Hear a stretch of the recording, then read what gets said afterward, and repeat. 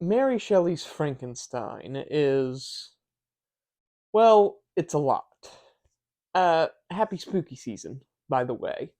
I have never read Frankenstein or the Modern Prometheus, if you're nasty, until recently, where I was amazed by how different it is to the story I knew or thought that I knew, I suppose. I was impressed, to be honest, by the the complexities of the story itself, how wildly different the characters are. While I I honestly wasn't all that impressed by Shelley's writing style in itself. I definitely think it was a product of its time. The prose being very lengthy and elaborate, not really suited for my modern day lizard brain. Um, that said, I've read J.R.R. Tolkien, so you'd think I'd be used to long-winded exposition by now. It just didn't really click with me. I'm not really sure what it is. I found myself actually zoning out at times. I'm afraid to say. Yeah, I know. I'm not gonna fault Mary Shelley for it. I mean, it's probably just how my brain works. Uh, Nevertheless, Frankenstein is it's an incredible story, regardless of how I felt about the prose. It follows, of course, the titular character, Victor Frankenstein, as he attempts to create life and commit various other atrocities against nature, which he could have done with thinking through a bit more, I think. He is okay in the movies. He is either depicted as like some sort of pure evil mad scientist, right, trying to take over the world or whatever, or he's portrayed as this purely sympathetic, I know not what thine doon style character. uh Whereas in the modern Prometheus, he's he's kind of a villain. He's kind of just sucks, really. He's just a bit of a prick, really. Victor Frankenstein, pretty much from the moment of his birth, sets out to ruin the lives of everyone around him. You'd argue that that's not what he's doing. That he's like furthering science and delving into the great unknown and all that. But really, he just gets a lot of people killed by his own silly, poorly thought out actions. uh, when he creates the monster, right, based on old alchemical texts, right? We never get a proper description of how he does it, by the way.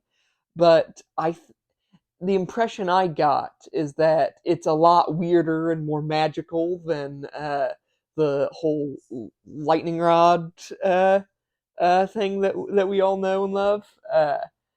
Yeah, he's not even a doctor when he does it, by the way. When he creates the monster, he's not even a doctor. He's a freaking student. I'm pretty sure, and he's so arrogant he thinks he can play God and win, right? But the monster, like from the moment he wakes up, is just so interesting. I mean, from a narrative standpoint, and Frankenstein built the monster to be beautiful and articulate and somewhat otherworldly. There's an almost like dark fey element to him. I mean, things go wrong, of course, because this handsome Herculean angelic figure, who stands like 8 feet tall, by the way, he turns out to have these nasty, watery yellow eyes, and his skin takes on a kind of ugly, rotten cast to it. And it's barely able to hide the weird, nasty veins and redness underneath. It's freakish and strange. And Victor, like all good fathers, runs away screaming about how terrifying this creature is. Um, he comes back later, of course, only to find that the monster's gone. And as time passes, a very long time actually, he begins to have some bad luck. He like tries to forget the monster entirely. he like prefers to think that it was some bad dream or whatever. But then his brother gets murdered and he's strangled in the night, and the family maid is accused of the crime, is framed for it. And Victor actually sees the monster at the crime scene and doesn't say anything because he doesn't want to be seen as crazy, right? But he just sort of stands by and lets this woman who he's known a great deal of his life get executed, and he like is afterward just so torn up with grief. Oh, woe is me! Despite the fact that he could have done something, he could have come up with any number of things to save the woman's life, but he just kind of didn't. But oh, woe is me! He flees into the mountains. He to escape this world and all that. It's in the mountains where the monster reveals himself at long last. Because the monster is articulate and intelligent, terrifyingly intelligent. He can speak, and he's poetic, and he's kind of self-centered too, taking after his father, of course. I like the idea of Mary Shelley's social commentary here, almost in the titling of the story. How it is the story of the modern Prometheus, right? And the modern Prometheus is vile, is twisted. It's whereas the original Prometheus story is valiant and heroic, right? Prometheus, the Titan, sacrifices himself really for humanity, right? For and it delivers fire uh, to aid the humans, which which Victor obviously would not sacrifice himself for his creation, right? He's too self-centered for that.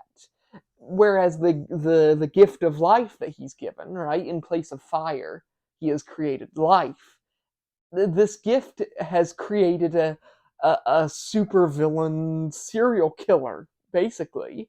The monster is a poet, and after watching Humans from the Shadows, he has taught himself language, and eventually he's taught himself how to read by stealing books. One of those books, mind you, is Milton's Paradise Lost, which he treats as almost like an actual Bible, and he relates. I mean, at least that's the impression I get, is he relates to none other than the devil himself, right? He relates to this guy rejected by the being that created him, right?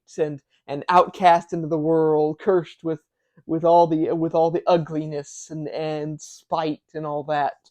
And he relates to the devil and sees the devil as a villain or as a victim, not as a villain. At first, the monster tries to befriend people. He actually, I know in the movie, he like kills a little girl by throwing her into a river. Well, in this, he actually saves a little girl, and then the father shoots him because he thinks that he means the girl harm, right? So that's kind of neat. But the monster, in very Luciferian fashion, swears tortures vengeance on humankind, right? And believes that they're all awful. And he murders Victor Frankenstein's brother in order to get his creator's attention, right? In order, Dad, look at me. And then in the mountains, he demands that Frankenstein create him a bride so that he can no longer be alone in the world.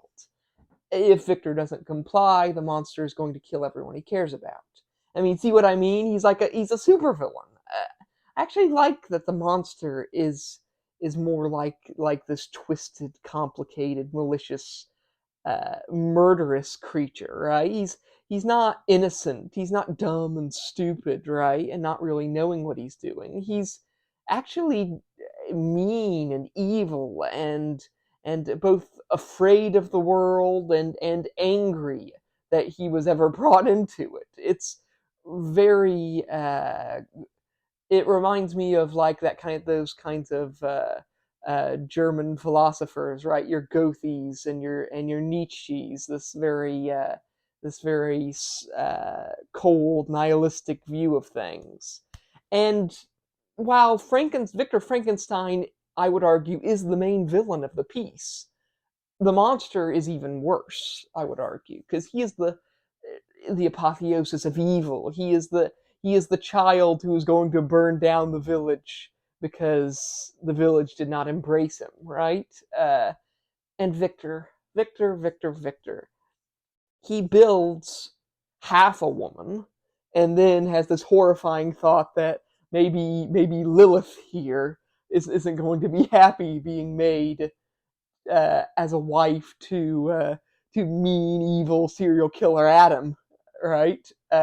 Or worse, they'd get along too well and find some way to reproduce, and you'd have a whole army of evil poetry reading Grimners on your hands, which you also don't want. So Victor destroys the bride, which leads to the monster swearing that I will be with you on your wedding night, which Frankenstein, egotistical that he is, takes to mean that the monster is going to kill him. He forgets the whole "I'm going to kill everyone you care about" line from before, and just assumes that the monster is going to come after him. You know, everyone he cares about, himself, because Victor's a jerk. Surprise, surprise, the monster kills Victor's wife, and then runs off to Russia, I think, at first. And Frankenstein pursues because he's decided that he needs to kill this monster, right? And undo the wrong that he's committed. Um, and so he chases the monster all the way up north into the Arctic Circle, right? And the story, by the way, is actually told via a framing device where Victor in the north, in the Arctic Circle, meets up with some guys on a boat out in the frigid wastes, right? And he tells them this whole story, right?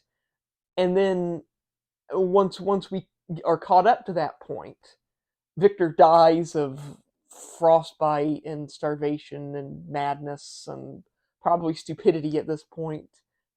Sorry, I just don't like Victor Frankenstein.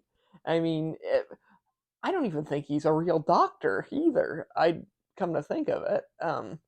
Anyway, the monster shows up and bemoans the loss of his creator because he's got the whole tormented poet, sympathetic nightmare demon from hell thing going on, and and he swears that he's going to kill himself when he reaches the North Pole. Right? That he wishes the world will never know of his existence and all that. It's I know, festive, but I'm worried that like he doesn't, because the story ends with the boat moving off and it leaving the monster just kind of waiting out on the ice and not killing himself. We don't see it happen. I think Shelley wanted to create this sort of horrific idea that maybe he doesn't. Maybe he decides at the last minute that he wants to live, and that would be horrific if so. Um, it's actually kind of a great ending now that I think of it. I mean, as I said, I don't blame Mary Shelley's writing for my oft times lack of interest. I just think it's so old that I kind of suffered from a sort of style whiplash, I suppose. Um, and other than that, despite the words themselves, I think it's a great story, and I think it's 100 times better than what the modern world has given us in terms of Frankenstein. I think now more than ever we need an accurate retelling of Frankenstein. We need all the twisted poetry and alchemy and madness that an accurate retelling entails. I love it. I just love the ideas dealt with. And yeah, maybe you should read Frankenstein, or at least or at least read or watch a synopsis. Depends on how well you can stomach old literature. But in my opinion, I give the story itself two enthusiastic thumbs up. Uh, I just I love it, and it's pretty great. Yeah, um, yeah. That's all I've got for today. Actually, yeah, Frankenstein is good, and I recommend the story despite offering a word of warning regarding the prose. It is very old, and it might cause some trouble for some people, but it's still worth experiencing the story in some way. Um, yeah. Bye.